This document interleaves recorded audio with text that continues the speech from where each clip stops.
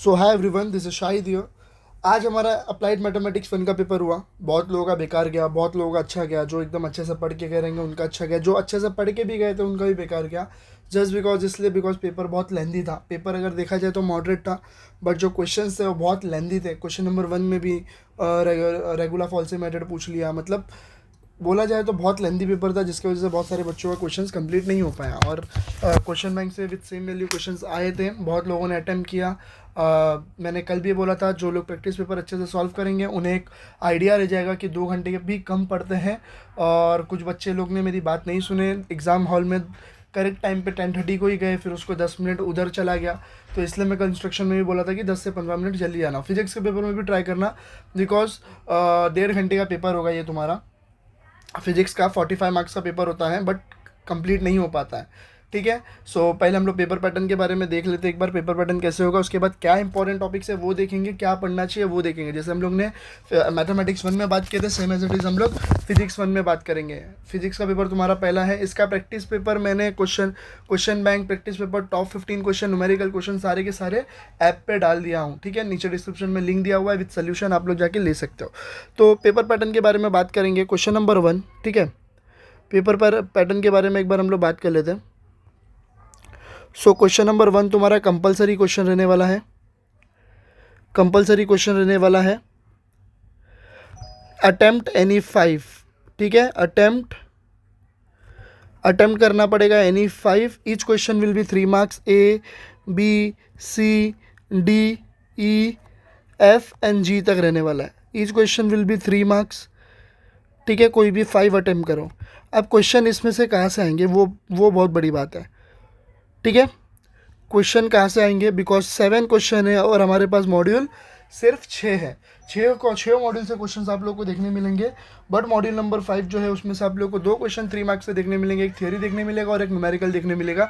De Broglie के ऊपर एक क्वेश्चन देखने मिलेगा। डी ब्रोगली का न्यूमेरिकल आया, ठीक है, तो फिर थियरी भी आएगा। चलो ठीक है, हम लोग उसके बारे में बात करेंगे जब हम लोग बात करने आएंगे। क्वेश्चन नंबर 1 हो गया, attempt any 5 question, each question will be 3 marks. Question number 2, ठीक है, A B C 5 marks 5 marks 5 marks. ठीक है, question number 3, question number same as it is रहने वाला है, B C. And question number 4, A B C. And question number 5, A B and C. Same marks का रहने वाला है, 5 marks 5 marks, तीनों का सेम रहने वाला है। अब इसमें से क्या अटेम्प्ट करना है वो मैं बताता हूँ। 5 मार्क्स 5 मार्क्स 5 मार्क्स, इसमें से कोई भी एनी 2 अटेम्प्ट करना है, एनी 2 अटेम्प्ट करना है। ठीक है, 15 15 30 और ऊपर का ये 15 मार्क्स, 45 मार्क्स का पेपर होता है तुम्हारा। ठीक है, तो तुम्हें टाइम कम मिलता है, बिकॉज इसमें भी 3 मार्क्स वाले में भी क्वेश्चन लेंदी होते हैं। तुम लोग को कंस्ट्रक्शन बनाने रहेंगे, डेरिवेशन रहेंगे, तो उसमें चला जाता है मार्क्स, ये पूरा पेपर का टाइम कम पड़ जाता है। ठीक है, तो ये तुम्हारा पेपर पैटर्न रहने वाला है। क्वेश्चन नंबर 1 कंपलसरी क्वेश्चन रहेगा, attempt any 5, 3 marks each. Question number 2 से लेके क्वेश्चन नंबर 5 तक कोई भी तुम्हें 2 अटेम्प्ट करना है। 5 मार्क्स वाले क्वेश्चन आता है।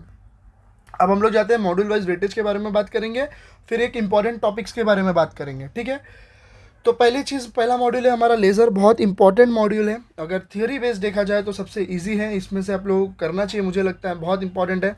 3 मार्क्स वाले में आपको लोगों को क्या क्या क्वेश्चन देखने मिलेंगे वो ध्यान से सुनो। पहला, spontaneous emission and stimulated emission का डिफरेंस बिटवीन कर लो।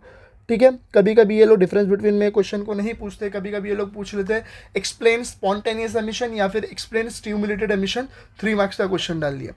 Population inversion, metastable state, pumping lever, active medium and active centre and resonant cavity. ठीक है, ये सारे तुम लोग को 3 मार्क्स के क्वेश्चन में देखने मिल सकते हैं। तो डिफाइन वगैरह में पढ़ लेना आप लोग। What is population inversion, what is pumping lemma, उसके 3 लेवल डायग्राम एक्सप्लेन कर लेना। एक्टिव मीडियम, एक्टिव सेंटर क्या होता है, रिजोनेंट कैविटी। और अगर define coherence length and coherence time आया तो 3 मार्क्स में पूछेगा, या तो फिर explain in detail coherence length and coherence time आया तो 5 मार्क्स में क्वेश्चन आया, बट इंपॉर्टेंट है। उसके बाद बहुत इंपॉर्टेंट चीज़ बताने वाला हूँ, ये 3 मार्क्स वाले क्वेश्चन हो गए। उसके बाद ये होने के बाद मैं आप लोगों को टॉप क्वेश्चंस भी बताने वाला हूँ, जो आप लोग पहले प्रिपेयर करो। ठीक है, उसके बाद आता है कैरेक्टरिस्टिक्स ऑफ लेजर। करना है कर सकते हो, वरना नहीं कर सकते हो, इंपॉर्टेंट है, पूछता है। उसके बाद कंस्ट्रक्शन एंड वर्किंग किसका करना है, HENE लेज़र और फाइबर लेज़र कंस्ट्रक्शन। ये दोनों में से कोई एक 5 मार्क्स का आएगा और 100% आएगा। 100% आएगा दोनों में से कोई एक। अब तक लास्ट के 2 पेपर में HENE लेज़र पूछा जा रहा था, क्या पता इस बार फाइबर लेज़र पूछ लें, तो कुछ बोल नहीं सकते हैं। दोनों कर लो, दोनों इजी है, दोनों का सोल्यूशन हमने दिया हुआ है क्वेश्चन बैंक के अंदर, आप लोग अच्छे से पढ़ लो। क्वेश्चन ये आएगा, with the neat label diagram explain the construction and working of HENE laser, या फिर with the neat label diagram and construction, with the neat label diagram explain the construction and working of fibre laser करके question आएगा। उसके बाद एक application पूछ लेंगे आपसे लीडार के ऊपर, बारकोड रीडर के ऊपर, या तो फिर मेटल वर्क के अंदर। देखो मेटल वर्क के अंदर क्वेश्चंस बहुत इंपॉर्टेंट है, पूछा जा सकता है मेटल वर्क के अंदर, तो ये क्वेश्चन तुम लोग को 5 मार्क्स में आ सकता है। तो मैंने 3 चीज़ आप लोग को बता दिया। 13 मार्क्स तक का वेटेज है इस मॉड्यूल से। 3 क्वेश्चन आप लोगों को 100% इस मॉड्यूल से दिखने वाला है। या तो 3 मार्क्स वाले में spontaneous emission, stimulated emission, popular region, inversion, pumping lever, active medium, active centre, resonant cavity, coherence line and coherence time देखने मिल जाएगा। उसके बाद HENE लेज़र या तो फाइबर लेज़र, दोनों का कंस्ट्रक्शन एंड वर्किंग कोई एक आने वाला है 5 मार्क्स 100% फिक्स, और एप्लीकेशन को ये कर लेना 5 मार्क्स, इसका भी एक 100% फिक्स क्वेश्चन आएगा। तो तुम्हारा मॉड्यूल नंबर 1 से 13 मार्क्स तक का वेटेज है। तो देखो पास होने के लिए हमें कंपलसरी क्वेश्चन को पहले अटेम्प्ट करना आना चाहिए। तो ये जो छोटे छोटे क्वेश्चन है, define, explain the term, 4 line के, इसको सब समझ के लो। फिजिक्स रट्टा मारने की ज़रूरत नहीं है, अगर अच्छे से समझ के लोगे तो अच्छे से क्लियर हो जाएगा। और हमें ज़रूरत नहीं है 6 के 6 मॉड्यूल करना है। क्वेश्चन बैंक में इनफ 25 क्वेश्चन है, वो आराम से करके जो ईजिली निकल जाएगा। ठीक है, आगे बात करते हैं मॉड्यूल नंबर 2 के ऊपर।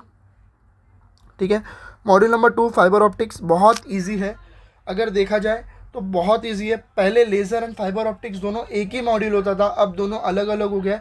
और फाइबर ऑप्टिक्स भी बहुत इजी है, अगर आप लोग अच्छे से देखोगे ना। तो 3 मार्क्स वाले क्वेश्चंस के बारे में बात कर लेते हैं।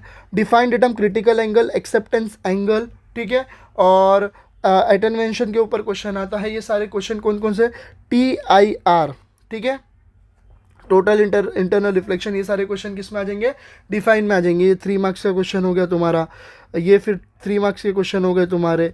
फिर ये what is attenuation, explain the factors affecting attenuation, ये तुम्हारे 3 मार्क्स के क्वेश्चन हो गए। ठीक है, और फिर एक न्यूमेरिकल पूछ लेते तुम लोग को 3 मार्क्स के ऊपर, या 3 या तो 5 मार्क्स से न्यूमेरिकल आ जाएंगे। उसके बाद जो मेन इंपॉर्टेंट क्वेश्चन है वो देख लो। अभी कैसे क्वेश्चन को कभी कभी क्या करते हैं, explain the 2 types of optical fibres करके क्वेश्चन आता है। तो 2 टाइप्स ऑफ ऑप्टिकल फाइबर्स में लिख देना तुम लोग, single mode and multi mode fibres are there. फिर उसके बाद step index fibre and graded index fibre का डिफरेंस बिटवीन कर लेना, बहुत इंपॉर्टेंट है, डिफरेंस बिटवीन कर लेना, इसका भी डिफरेंस बिटवीन कर लेना। कभी कभी क्वेश्चन को घुमा फिरा के बोलते हैं explain single mode and multi mode, कभी कभी बोलते हैं explain mono mode and multi mode, and explain the V number, explain the term V numbers, ऐसे करके क्वेश्चन पूछे जाते हैं। So make sure that prepare रहना है हमें सब चीज़ के लिए।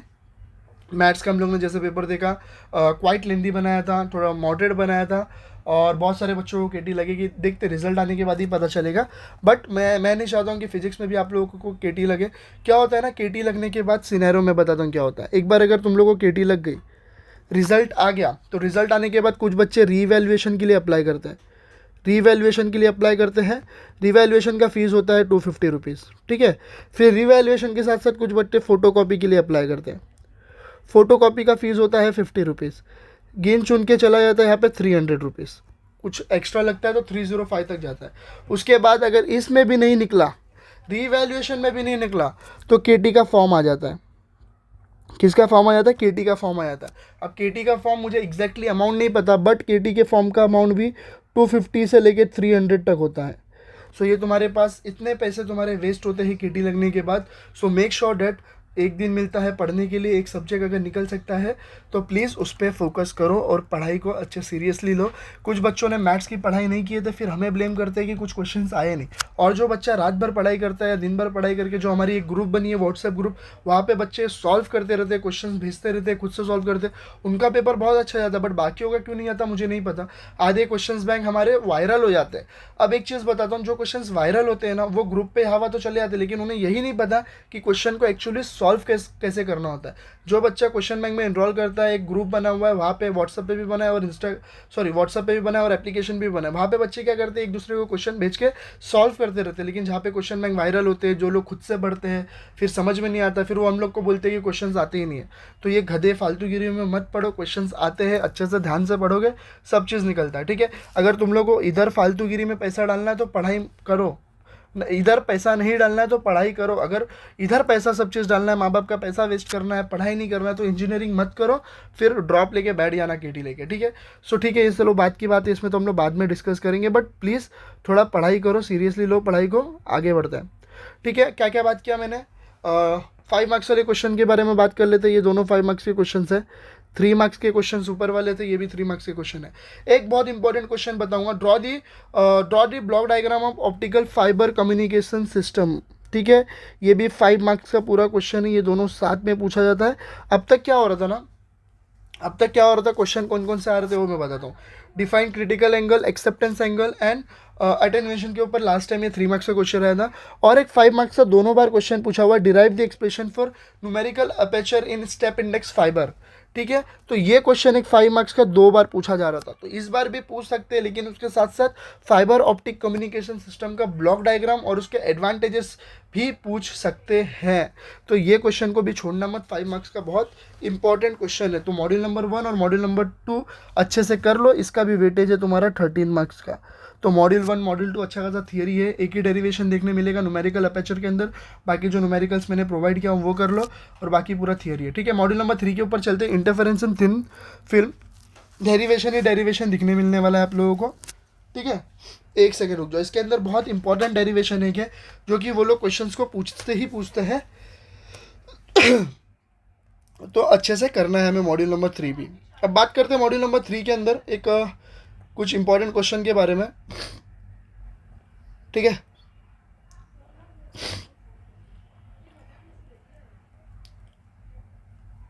ठीक है, obtain the condition for maxima and minima,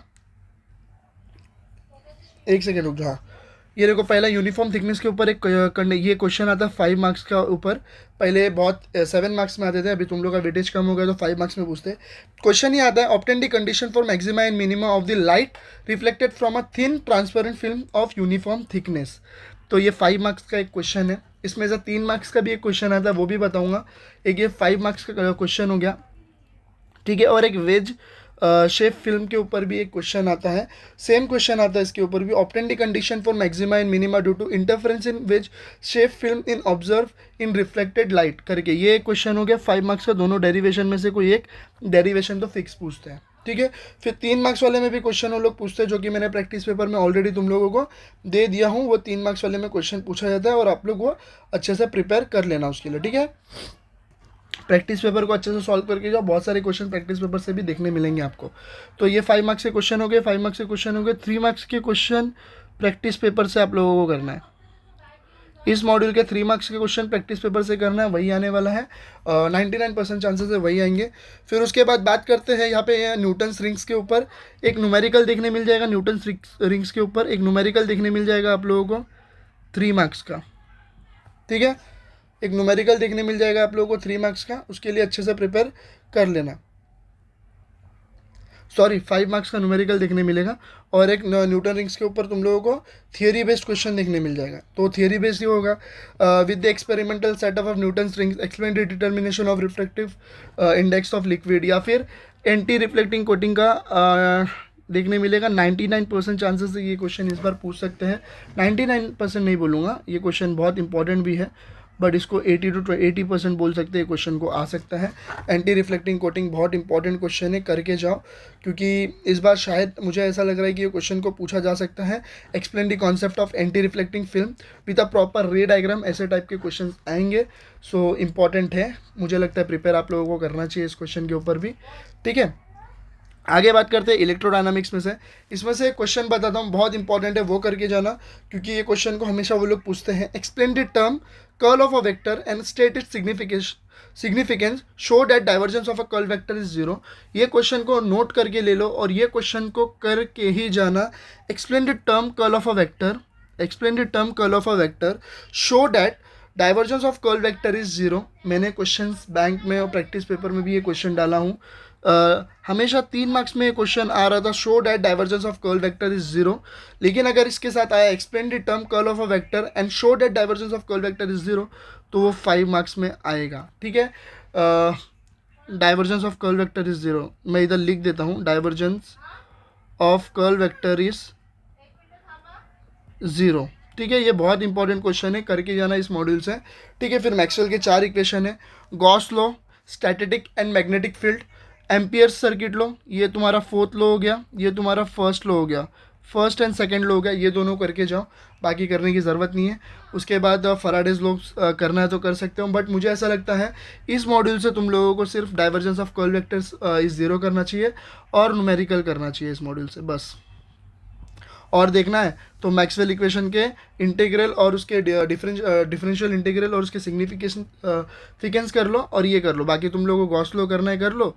ये देखो, ये एक आईएमपी क्वेश्चंस कर लो, ये एक क्वेश्चन कर लो, ये एक क्वेश्चन कर लो, न्यूमेरिकल कर लो, और मैक्सवेल इक्वेशन के ये वाले आईएमपी क्वेश्चंस कर लो। बस 4 क्वेश्चन इस मॉड्यूल से करो। एम्पियर सर्किट लो, फैराडेज लॉ, ये सारे चीज़ को डिराइव करने मत बैठना, इन लोगों को टाइम कंज्यूमिंग हो जाएगा। ठीक है, इसके बाद मैं बहुत इंपॉर्टेंट क्वेश्चन भी बताने वाला हूँ। ये तो सिर्फ मैं पूरा सिलेबस गो थ्रू कर रहा हूँ। इसके बाद मैं एक इंपॉर्टेंट क्वेश्चन बताऊँगा, वो पढ़ लेना। क्वांटम फिजिक्स के ऊपर में से बहुत इंपॉर्टेंट क्वेश्चन है। पहला क्वेश्चन इस मॉड्यूल से पढ़ना, explain de Broglie hypothesis of matter waves and reduce the expression for wavelength. De Broglie hypothesis of matter waves 3 marks का क्वेश्चन है, करके जाना। प्रॉपर्टीज ऑफ मैटर वेव्स करके जाना, 3 मार्क्स का क्वेश्चन है। Wave function and probability density function 50-50% इसका chances है कि पूछता है, 3 मार्क्स में ही पूछेगा अगर पूछा तो। De Broglie hypothesis of matter waves और प्रॉपर्टी ऑफ मैटर वेव्स, दोनों में से कोई एक कर लो, एनी 100% एक आएगा ही आएगा। Explain de Broglie wavelength of de Broglie hypothesis of matter waves and reduce the expression for the wavelength को हम लोग लैम्बडा भी बोलते हैं, लैम्बडा भी आ सकता है। और what are the properties of matter waves, ये भी कर लेना, 3 मार्क्स में क्वेश्चन आता है। और डी ब्रोगली के ऊपर न्यूमेरिकल फिक्स्ड आता है एक, 3 मार्क्स के ऊपर देखने मिलेगा। ठीक है, 3 मार्क्स के ऊपर न्यूमेरिकल देखने मिलेगा डी ब्रोगली के ऊपर। मैंने बताया था मॉड्यूल फर्स्ट से आप लोगों को 3 मार्क्स के 2 क्वेश्चन देखने मिलेंगे, एक न्यूमेरिकल देखने मिलेगा और एक थियरी देखने मिलेगा। उसके बाद एक बहुत इंपॉर्टेंट क्वेश्चन बताने वाला हूँ। ठीक है, 5 मार्क्स का Schrodinger equation, derive 1 dimensional Schrodinger time dependent equation of matter waves. बहुत इंपॉर्टेंट है, time independent and time dependent, any one will come 100% आएगा 5 मार्क्स के लिए। स्क्रॉडिंजर इक्वेशन को वो लोग ज़्यादा करके पूछा जाता है। और उसके बाद एक energy of particle enclose in a rigid body and related numerical, इसके ऊपर से थियरी नहीं आएंगे, मुझे लग रहा है न्यूमेरिकल ही आएंगे।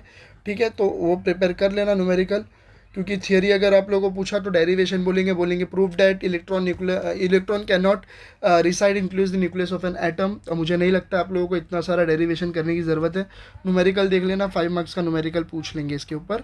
और क्वांटम मैकेनिकल टनलिंग के ऊपर भी एक क्वेश्चन पूछते हो लोग, पूछे तो पूछे, 50-50% चांसेस है, बट मुझे लगता है कि सारा चीज़ मत करो, 50-50% चांस है 5 मार्क्स का क्वेश्चन आता है इसके ऊपर। ठीक है, आगे बात करते हैं बेसिक्स ऑफ सेमीकंडक्टर। इसमें से direct and indirect band gap semiconductor 3 marks का कर लेना, एक क्वेश्चन तो आने वाला है इसमें से। ठीक है, और उसके बाद और क्या कर सकते हैं, ड्रिफ्ट वेलोसिटी मोबाइलिटी के ऊपर एक क्वेश्चन आता है 3 मार्क्स के ऊपर, डिफाइन ड्रिफ्ट वेलोसिटी करके क्वेश्चंस आते हैं, तो प्रिपेयर कर लेना। और एक बहुत इंपॉर्टेंट क्वेश्चन लास्ट 2 पेपर में पूछा गया, what is Fermi distribution function and explain the terms involve it. Function distribution function and explain the terms involve it, ये 3 मार्क्स का क्वेश्चन, ये 3 मार्क्स में क्वेश्चन पूछा जा रहा है। और बात करते हैं इसके ऊपर, आप लोगों को न्यूमेरिकल देखने मिल जाएगा मॉड्यूल 6 से 5 मार्क्स का।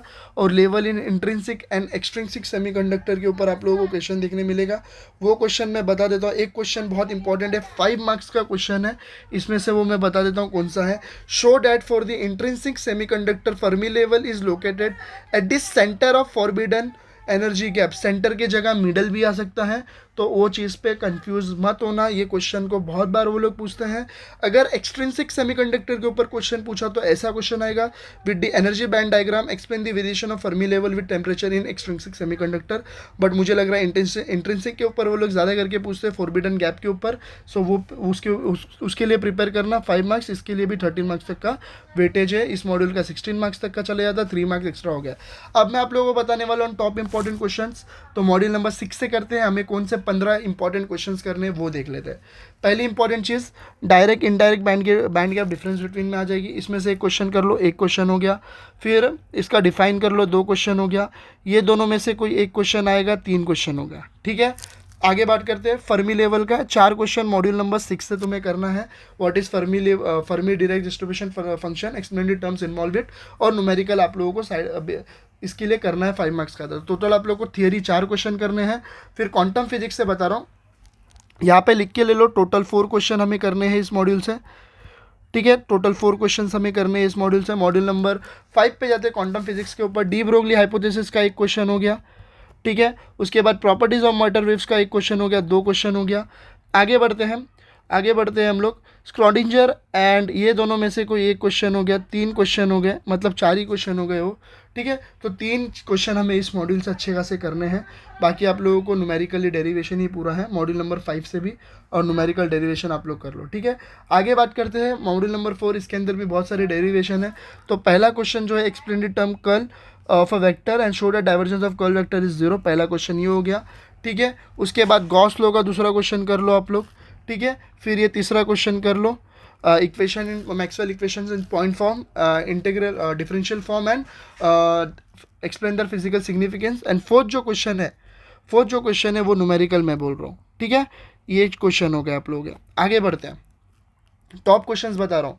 यूनिफॉर्म थिकनेस के ऊपर एक क्वेश्चन कर लो, पहला क्वेश्चन हो गया ये, ठीक है। Condition obtain the condition for maxima and minima interference in thin film of uniform thickness का एक जो क्वेश्चन आता है वो कर लो।